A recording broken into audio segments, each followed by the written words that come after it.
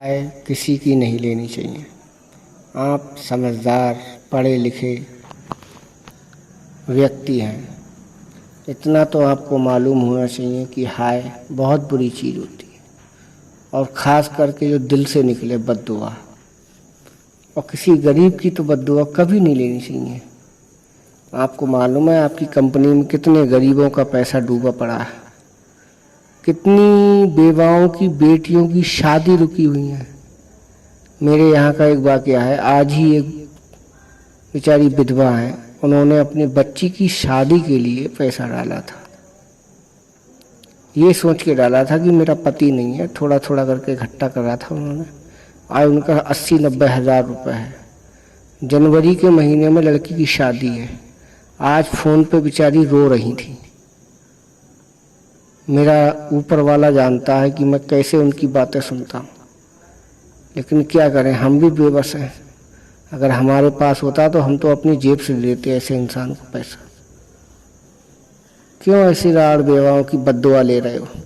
ये तुम्हें नरक में भी जगह ना मिले। कुछ पुण्य कमा लो, सब दौलत ही नहीं होती। बड़े बड़े कारून बादशाह इस दुनिया से चले गए, दौलत उनकी उनके साथ आज भी चली गई।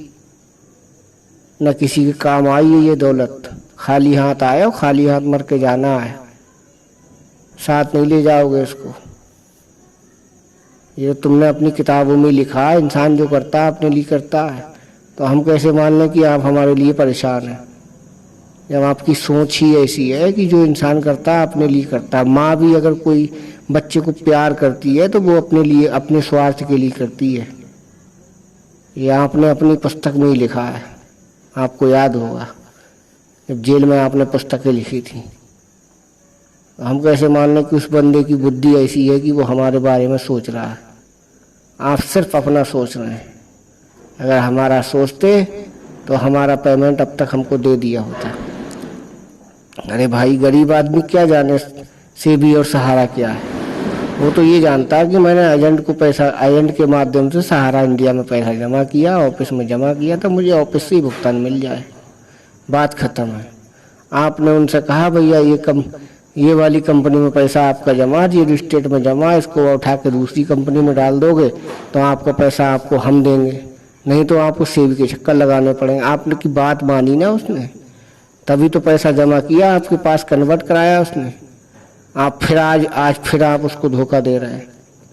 जब मैटर रियल इस्टेट और हाउसिंग का है तो आप क्रेडिट कोऑपरेटिव शाहरियन हमारा इंडिया का क्यों रुकाए पड़े हो? उनका तो भुगतान करो।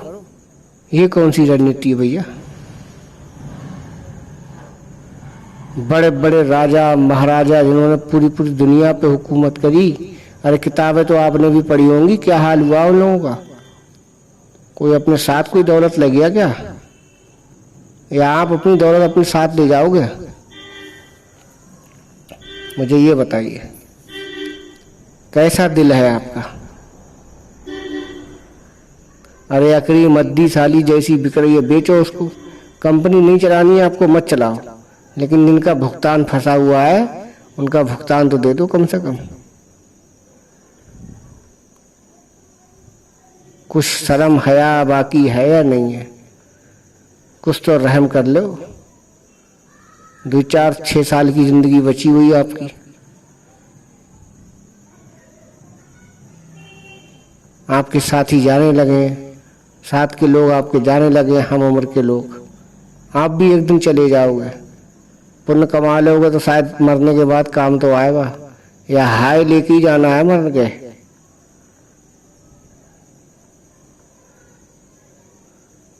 हम लोगों को क्यों इतना परेशान करें आप? वादे पे वादे, वादे पे वादे, वादे पे वादे। आखिर भुगतान होगा भी या नहीं होगा? एक बार स्पष्ट कह दीजिए भैया मेरे बस की बात नहीं है, मैं भुगतान नहीं कर पाऊंगा।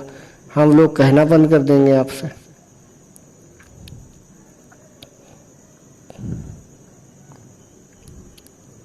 सहारा इंडिया वालों से कहो तो वो कहते हैं बस होने वाला है, बस होने वाला है, किनार पे ही मामला है, किनार पे ही मामला। अरे कितना किनार पे भैया, 2014-13 से सुनते आ रहे हैं किनार पे ही मामला है।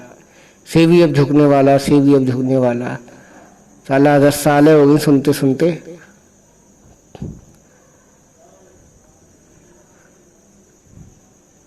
कुछ तो रहम कर लो।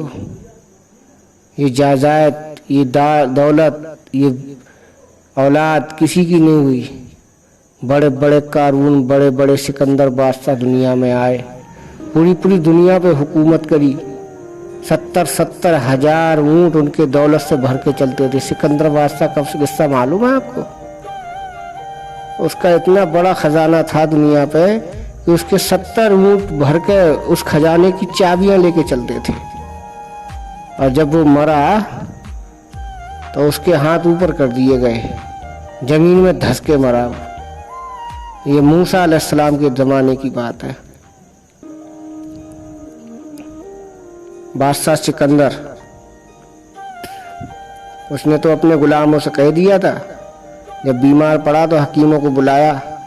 हकीम ने भी इलाज किया, नहीं सही हुआ तो उसने एक हिदायत की, बोले जब मैं मर जाऊं तो मेरे जनाजे को कांधा ये हकीम से कहना ये लोग मेरे जनाजे को कांधा दें, और मेरे दोनों हाथ कफन से बाहर निकाल देना, ताकि लोग देखें कि मौत को हकीम लोग भी नहीं टाल सकते, जिसकी मौत आ गई।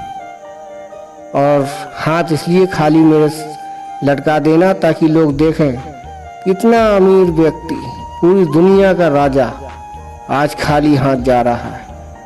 खाली हाथ आया था, खाली हाथ जा रहा है। सब दौलत दुनिया की दुनिया में ही छोड़ गया। एक दिन अब आप भी चले जाओगे, मैं भी चला जाऊंगा, सब चले जाएंगे। कुछ दुआएं ले लो हम गरीबों की। दिल से दुआ निकल गई ना, क्या पता आपकी उम्र बढ़ जाए 2-4 साल। और किसी ने अगर दिल से बद्दुआ दे दी, वो कहते नहीं है गरीबों की हाय से बचो। अरे जिस राजा की प्रजा दुखी हो वो राजा सुखी कैसे रह सकता है? कभी कामयाब हो ही नहीं सकता। आप बिंस नहीं, एडन गुरु नहीं, ईवॉल्स नहीं, कुछ भी ले आओ, सुख आप पा ही नहीं सकते अब, जब तक पैरा बैंकिंग को नहीं सुधारोगे।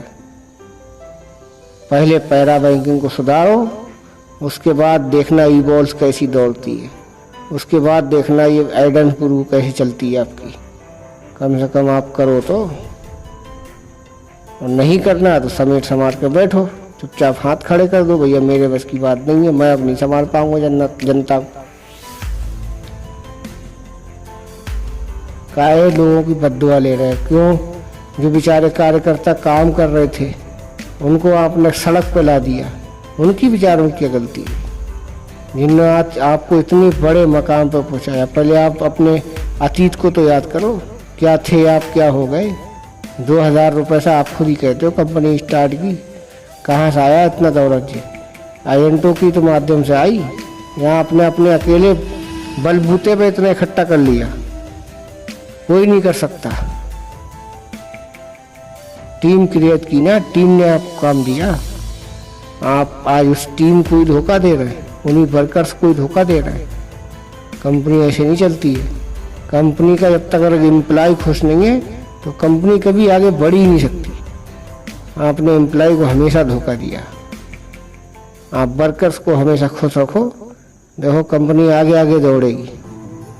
आपको कहने की जरूरत ही नहीं पड़ेगी बिजनेस करो, ऐसा रूल भी तो बनाओ। इसलिए महोदय मेरा आपसे प्रार्थना है, जल्द से जल्द हम लोगों का भुगतान करा दीजिए। हम लोग बहुत दुखी हैं, सड़क पे आ गए हैं, खाना पीना सब हराम है हम लोगों का। कितने लोग मर चुके हैं, कितने मरने वाले हैं, कितने आधे मर चुके हैं, आधे रह गए हैं। एक दिन आप भी मर जाओगे, हम भी मर जाएंगे, दौलत सब ही रह जाएगी। इतनी जमीन प्रॉपर्टी सहारा की है, ये कहाँ ले जाओगे? मरने के बाद साथ थोड़ी ना जाएगी, कोई नाम लेने वाला भी नहीं होगा तुम्हारा। देख लो, अब भी देख लो, अब भी ईमानदारी पे आ जाओ। ईमानदारी बहुत बड़ी चीज है महोदय, आप करके तो देखिए एक बार। हम लोगों ने क्या बिगाड़ा आपका? आप भरोसा ही तो किया ना। ये अक्सर पाया गया है, लोग जिस पर भरोसा करते हैं वही भरोसा तोड़ता है। हमारा भुगतान हमको दिला दीजिए प्लीज।